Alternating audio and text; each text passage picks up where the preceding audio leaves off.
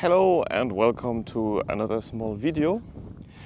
Today I will try something else, as always, because I've not been very satisfied with what I could do with the Sony RX107 in the last weeks. I will give my good old Fujifilm X-T3 another go. I got it back from my drawer where it was sleeping for a good time of the past years. Like since 1.5 years I did not use the Fujifilm so much. And today I'm going to experiment how well the Fujifilm X-T3 matches with the DJI Pocket 3, because I think it has the potential to be an excellent combo. Everything I record today is in 30 FPS and in full HD for being a little bit more place savvy. And I'm also going to try out the new feature for the zoom or telephoto zoom of the DJI Pocket 3 and compare it to how it looks on a mirrorless camera, like for example the X-T3. It's a very bright and sunny spring day. I'm using ND filters for both of the cameras, so let's see how the exposure is. I mean, since I like to film in 30 FPS, it's always necessary to keep the shutter speed a little bit low so that it looks smooth. And I think the ND filters are wonderful for that.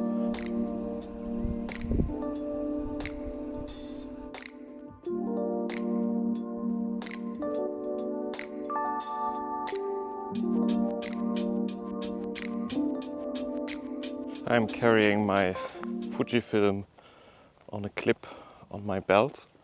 This reminds me the times where I worked like next to my university student occupation, also a little bit as a photographer for events. And yeah, I was always running around with two Fujifilms on clips like this. And this is a very, very comfortable way of working a whole day, taking mostly photos at that time. And like this, you have your camera always in reach, and its weight is not really on your back, but you carry it with your hip. That's very good. At the time I used a Peak Design capture clip, but because I considered them a little bit too expensive when I bought some equipment, I think about 2 years ago now, I went for one of the copies, the PGY Tech Beetle it's called, and it's very good as well. The ND filters I have on the DJI Pocket are from Newer, I think. They are so small the camera can close with filters on them, but they have a small downside. Without long fingernails, it's almost impossible to remove them without making fingerprints on the lens.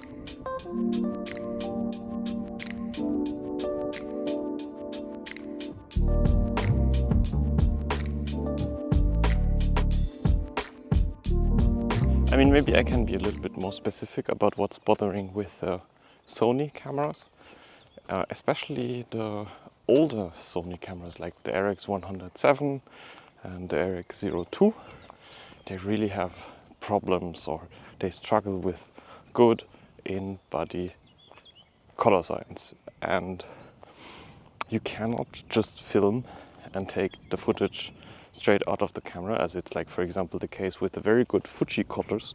You always have to correct a little bit the tint, you always have to correct a little bit the white balance, and in the end it's just tedious. The result is erratic, it's always a little bit different, and honestly I'm getting sick of that. I tried many different options, the standard profiles, S-Log, or something like a Cinetone imitation, or something like S-Log but in ITU 709 matrix, for being able to use it directly out of the camera and just have to do a little bit of pulling shadows and the highlights.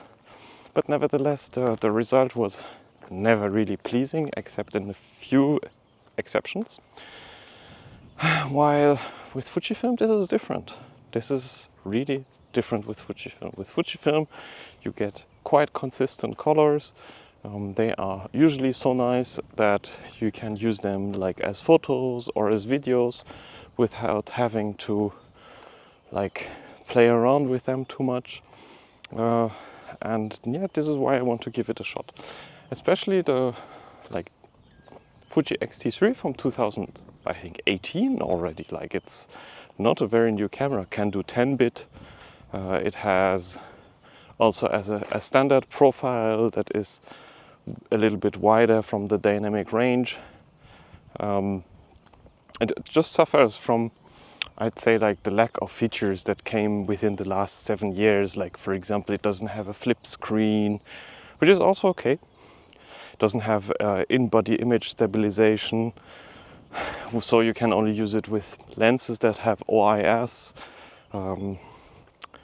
The OIS lenses usually are not parfocal, but more like oriented towards photography, which means that you cannot do like nice zoom ins or so while filming.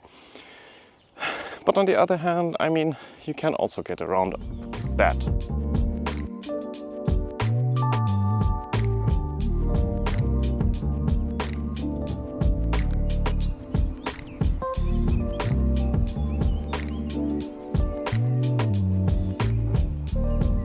The situation with the Sony colors became much better in later generation models.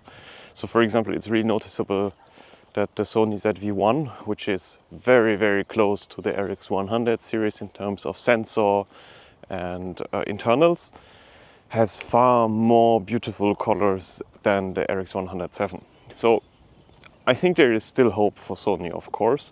I really hope that they will put the RX100 series also into 2025, giving it like a small update and not just like removing the charging functions to comply with European law. But yeah, we will see about that. It seems some camera manufacturers are more enthusiastic about developing compact cameras. I mean, just a few days ago, the Canon V1 was presented, and this is like going into the right direction. For me, the, how to say, ideal compact camera would be if Fujifilm would release a successor to the Fuji X20 or X30 from like 10 years ago and give it like a good stabilization, some good video features. That would be wonderful.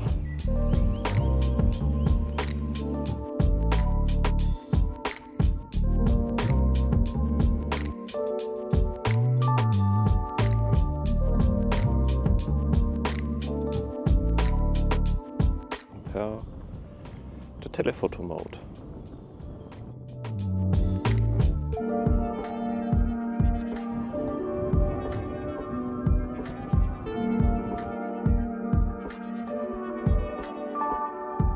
So I think we are getting closer to the end of this trip.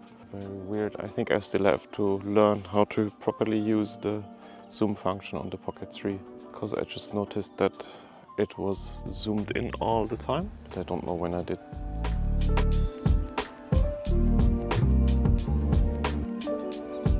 Anyway, now we are getting into the forest. Let's see if I have to change the ND filters. That would be very likely if the light is less. I just had a small realization. I thought that I was in manual exposure, but I wasn't. I was in semi-manual. Like, I set the shutter speed and the ISO corrected itself automatically. I think using the DJI Pocket is really something that you have to get used to and, how to say, practice, because swiping around on the touch screen, remembering the good menus and such is just something that you have to get used to. And this is also why I prefer to just have two cameras, the DJI Pocket 3 and, for example, something like a Fujifilm.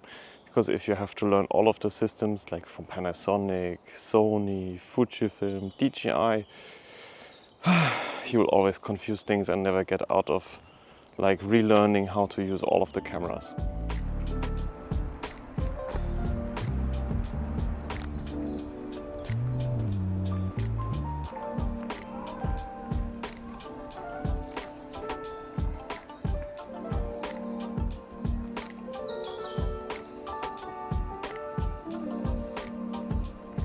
think the biggest issue with having like an APS-C camera like Fuji X-T3 or XH2 or whatever generation is that if you want to have like a very versatile lens, like for example the one that is on the RX107, it will be huge. I mean, it will be gigantic, and this means you cannot like just have one camera that has a lens 18 to 200 or something like that, but you have to be more selective. And one option, if you combine it, for example, with the DJI Pocket 3, is that you could say like, okay, I'm using the DJI Pocket 3 for everything which is like wide angle, like photos and videos and such. And then you put like a long lens on the Fuji, which will still be very heavy, but at least you can like focus a little bit on the different ranges and what you use the camera for.